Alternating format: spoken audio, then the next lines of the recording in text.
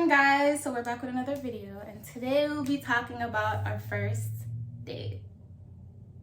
Before we get into the video, remember to like, subscribe, share, and follow our Instagram. I'm gonna put it somewhere on the screen. And we are going to get into the video. Cause I don't like the way you make me feel. Say, don't let me go, no. I don't like the way you make me feel. Say your name like a load up. I don't like the way you make me feel. Say, don't let me go, no. So as y'all already know, we met online. So we were texting, and then we switched numbers and we started texting via WhatsApp. We were texting for a couple days, and then I didn't have WhatsApp. I put WhatsApp on my phone because of her. But anyway. so we started texting, and he wanted us to go on a date. But I was working 7 days a week because I was here on the work program. And I didn't have anything else to do, like on a day off. I didn't have like friends to go out with because everyone was working. So I worked 7 days a week, and I left work like 8 p.m. So he was like, "You invited me to a soccer game or a football game?" Yes. And for some reason, I think I was working beyond the football hours, I think. Something like that. And then he told me he had surgery. Oh, how's that? So I had knee surgery, I guess my third one, about 2 weeks into us talking. So by the time we actually got around to getting together for a date, I was about 4 to 5 weeks in. So I was mobile, but I still had a big brace on. I still had to ice pretty consistently. So getting around was still a little bit difficult. I can't remember if I was still on a crutch. I don't think I was, but I wasn't full weight bearing. I still had to wear my brace. So it was a little difficult for me to like plan things. Like we weren't going to go walk around DC or Baltimore or anything like that for sure, because I would have been crying. So it needed to be something pretty low key. Yeah, so he explained that to me, and then he invited me to his house to watch a soccer game. It was America against Jamaica, and he offered to make me dinner. So I was like, okay, but you have to send me your ID and your address. I didn't have any trouble with that. He texted me back like, why do you need those? Evidently, because it's a text, she's adding in her own commentary right here for this video. That's the first time I'd ever been asked that before going out on a date, so I didn't think it was an unreasonable question. As soon as she responded, I want to be safe, I sent it right away. Yeah, I told him that I was in a new country and I haven't met him in person before, so coming to his house was a big deal. So someone had to know where I was. So when he sent me his ID and his address, I gave it to one of my housemates, Charlie. I gave her, and I told her the date that I would be going there, and you know, if I didn't come back home, she would know who I was with and where I was. And then, okay, so the day of the date, I came from work, and then I was getting ready, and we were texting, and he said I should tell him when he said I should tell him when I would get an Uber, when he should get the Uber. So I'm like, okay. So I've never had to use an Uber before, so I thought it was gonna take like a while before it got to my house. So I was almost ready. I didn't lotion. My feet were ashy as hell. I didn't have my shoes on. I didn't know what shoes I was gonna wear, and I didn't have my house keys. But as I said, I thought it was gonna take a while for the Uber to get there. So I told him, you know, you can send the Uber. And in my head, the time that it would take, I would just finalize on the shoes and lotion my feet and all this stuff. I'm walking around looking for my shoes and stuff, and then he's texting me, and I saw that he sent that the Uber was outside. So I'm there and I'm like, already? You just asked me, how is the Uber outside? I'm scrambling around because I'm looking for my shoes and I'm looking for the keys. And my phone was on the table in the bathroom while I was doing all this stuff. And when I came back to tell him I was ready, he left like 3 messages and told me that the Uber had left. So I felt bad. I felt burned. Honestly, I felt ghosted, burned. What's the word? When you're going through online dating, the person just catfished. That's the word. So at that point, I was like, okay, whatever. The game had started, and I'm pretty big into soccer, and I follow the U.S., been to World Cups, all that kind of shit. So I just turned my phone on silent, turned it over so no messages would come through and I wouldn't pay attention to it. So I just put my phone away and was like, I'm just going to watch the game, chill, eat some food, and then go to bed.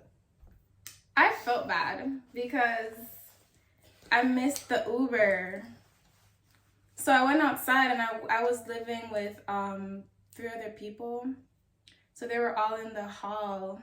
And I went out there and I'm like, I'm supposed to go on a date. But I missed the Uber. What do you guys think I should do? And they were all like, I don't know if you should go. Maybe it's a sign. And all this stuff. But I just felt really bad. And then I went on to Lyft and I typed in his address and I realized it was like a $80 trip.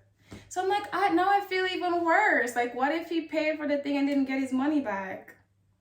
And they were telling me, probably I shouldn't go. Probably it's a sign and all this stuff. And I'm like, and what if I went there and there was someone else there? So I'm just like, I'll just risk it so I can feel better in myself. So I'll get my own ride and I'll go over there. So I got my Uber, went down and we went in, and it was a African dude. And I just felt so bad, and I was kind of worried because I was going on my own this time and it just kind of felt weird. So I asked him what he thought. If it would be like creepy if I just showed up after I missed my Uber. And he was like, no, it would mean you're interested and blah, blah, blah. I'm not sure if that was before or after she gave me her number, but whatever. Anyway, continue. What? Anyways, so he said... She didn't deny it, did she? But go ahead. But I already told you I didn't give him my number. So you saying that must have been a joke. Mm-hmm. Anyway, continue. Go ahead. Anyways, so it was like an hour ride, an hour, 20 minutes maybe. And we were on our way over here, and we were talking about the whole situation and stuff. And when we got to the house, I told him to wait for me in case he didn't want to see me anymore because I missed the Uber. So he was parked at his gate and I came up the walkway and I rang the doorbell. I stood there and I didn't hear anything. And I rang the door. Wait. To backtrack. When we were in the car, the Uber driver was asking me, like, what if I went there and there was someone else there? So I'm like, if someone else is there, it just simply means that he didn't really want to see me. He just wanted someone to come over. That was the Uber driver's way of trying to get himself in there too, by the way. She would probably admit that, but maybe not. Anyways, so... Here we go again. No, that's not true. Or yeah, that's probably true. But anyway, go ahead.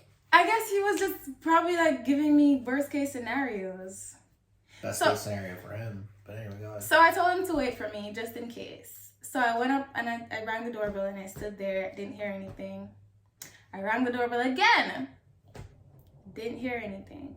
So I'm like, I'm going to ring this one more time. And then I'm going to leave. I pressed it again. I stood there for like 5 seconds. And then I walked away. And while I was walking down the driveway, the Uber driver told me that the door opened. And there was like this little dog. Her name was Riley. He ran out. And I turned around and I saw him. And he was just standing at the door. And it was just like... So I was inside. As I said, I turned off my phone, so I didn't see any messages. And I'd been in the house about a year, and no one had ever rang my doorbell before, so I didn't know what it sounded like. So I was on the couch watching the game. I had my ice machine on my knee. I was just relaxing. And I heard this noise. I was like, what the hell is that? And it was a one-off, so I continued watching the game. Heard it again. No idea what that was. Third time, I was like, that might be the doorbell. So if anyone's watching has ever been hooked up to an ice machine, like it's a whole wrap that you have to put on your leg with like Velcro and straps, and then you plug it in and you plug the thing into the wall and it circulates ice and ice water around your leg. So I had to take that whole thing off, then carefully make my way to the front door. And I had a little pug at the time. She's like 15 pounds anyway. So she's running around at my feet while I'm hobbling over to the door. And I open the door and she's like halfway down the driveway at that point in time. And then she turned around to come back up, I guess, because I opened the door, and that's how we met. I was like, do you still want to see me? I was like, sure, come in. Then she gave me some bullshit story about how she missed the Uber and all this kind of stuff. Now that I know her better, I know that when she said send the Uber, she just wasn't ready. Because she's never ready when she says she's going to be ready. Unless it's like something really important, like a funeral or a final exam or something. If it's just something random, no chance. Are you really going to say that? I've been so much better with getting ready on time. We're talking about 2019, before dating, before marriage, before any of that. You were on your own time always. True story. Anyway, so I asked him if he still wanted to see me, and he was like, yeah, sure, come in. And I came in. And this was the first time we were actually seeing each other in person. So I was kind of like keeping my distance. I sat in a couch separate from him, and I was just like observing his behavior and all this stuff. But he was nice. And he made dinner for me. Was it lemon shrimp? Some shrimp with some lemonade sauce and wine. And we watched the game. And Jamaica lost. It's true.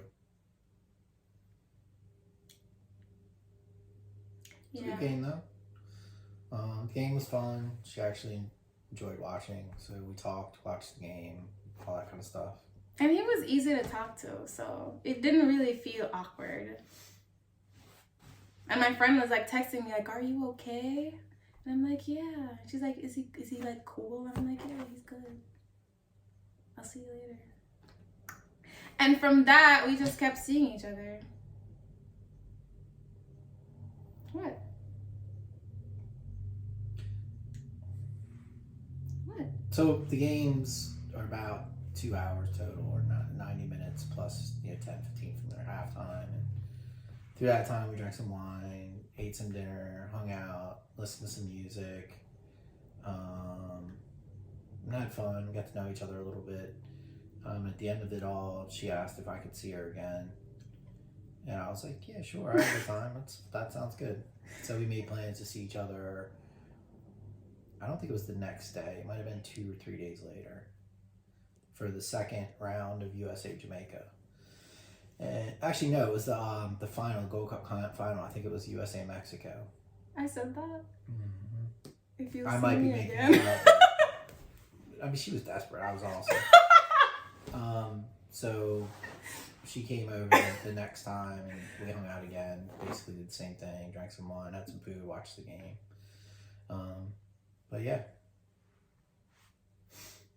Our day was a little more eventful. We talked a lot, we hung out, she showed me her dance moves. I mean, I'd never seen a real live Jamaican dance before. It was pretty interesting. So that was fun. You know when you're around someone and it doesn't feel like it's the first time you're around them? Yeah. It just flowed. I gave her a tour of the house. She met my dog. My dog was very territorial. Some might say jealous. She didn't like me at all. My dog was a girl. You were a girl. She liked the attention, so that's the way it was. I don't know. Even after seeing each other for like a continuously, there was this time I was laying in his lap and his dog came up and he was just like, so I got up and she went right in the spot and laid down. I didn't even know dogs had feelings like that. That was her spot. My dog's dead now, so we don't have that issue. We're in the market to get a new one though. So we'll see how that goes. But yeah, that was the first date. It went well. Why are you laughing? Was that the end of the story? Yeah, we kept seeing each other after that. Okay. Anyways. I got a good night kiss. That was fun. It was fun. But anyways, I hope you enjoyed the story. Remember to follow me on Instagram for daily updates or frequent updates and to join our live because we go live occasionally. It's true. My Instagram's private and I don't really accept people. So yeah, it's just my page. You'll see both of us on my page. So until next time.